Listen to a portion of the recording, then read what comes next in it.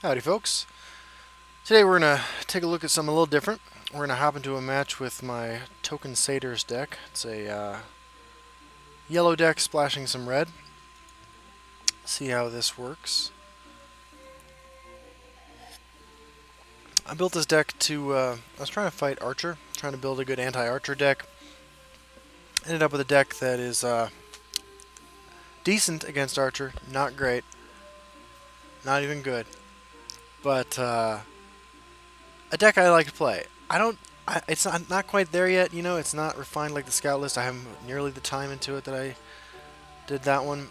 But want to see how this works. And it looks like we have the opportunity here to play against the probably better Tokens deck. I don't really feel like keeping Plunder or Reinforcements, just Profiteer. What are we trying to do? We got a Marauder, Profiteer, Crusader. Rift Thane is one of the obvious reasons to play these colors. It's a really great card. I don't know if it's great. It's really powerful. So, let's see what our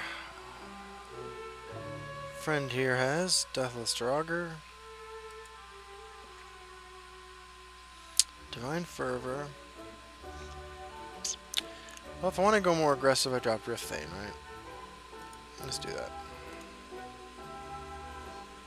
It's also worth pointing out that after he swings for 1, this guy will come out as a 2/4, and then he can just execute it. So there's some incentive to get this card down now. Now, next turn, a Tempo East March Crusader is pretty sad, so probably go with the Profiteer. That's interesting. Not running the stock tokens list then, I don't think. And that's great, having a card to drop along with our Profiteer. You'll notice there's a number of cards in this deck that gain life or can function as defensive cards. That is a feature of my efforts to combat Archer. Next turn we got a couple options. Divine Fervor or East March Crusader to draw a card. It really depends what my opponent's up to. If he swings in here with the intention of swinging in again next turn, then drop some other stuff down here, I think we just Divine Fervor. Because sometimes it's more about putting your opponent off their game than it is about, that's bad for us. Okay. Now I think we just go with the Crusader. Sylvanar Tracker, a card I wanted to give a try to and ended up really liking. With all of the small creatures you have in this deck, it's not hard to damage something that your opponent has, and then all of a sudden you have a 3/1 charge for 2. That said, it's not looking like we are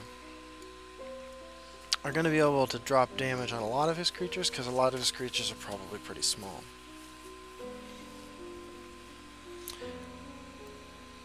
It sets me up for either both of these next turn or this. I can't, there's no way to attack that gets me equipment on the Sapper, but there is a way to get equipment on this, which I'm pretty excited about trying to pull off. Okay, so now I have the option of Profiteer into Crusader. I mean, drawing second's bad, so maybe I don't want that one life that much. But I think I just wanted to start Crusadering my opponent. Okay, not good. Giving my opponent the free trade into my 9/3 there is less than ideal. That's alright. We will persevere. If we're not clogged up here too, that gives us the opportunity to get 2 Marauder triggers. It's like we might be getting a guard creature in this lane, or maybe he just wanted to put the buffs on that. What do we have? Okay. So we're going to go unmolested in here for 2 Marauder triggers, and then we have some options after that. You know, we can go that, into that, into that. Let's see what happens first.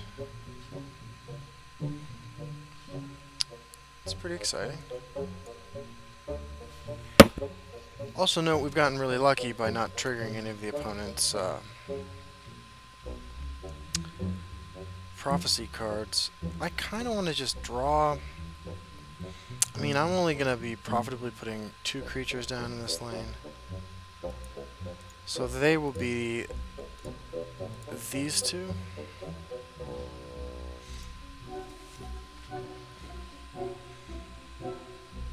Thank you very much. And that's a look at the Token Satyrs deck. I don't think we really saw any of the red cards in action, but yeah, we did get some good mileage, I think, out of the Rift Thane. So hopefully you like that. If you like this deck, let me know, and I'll post some more videos playing it.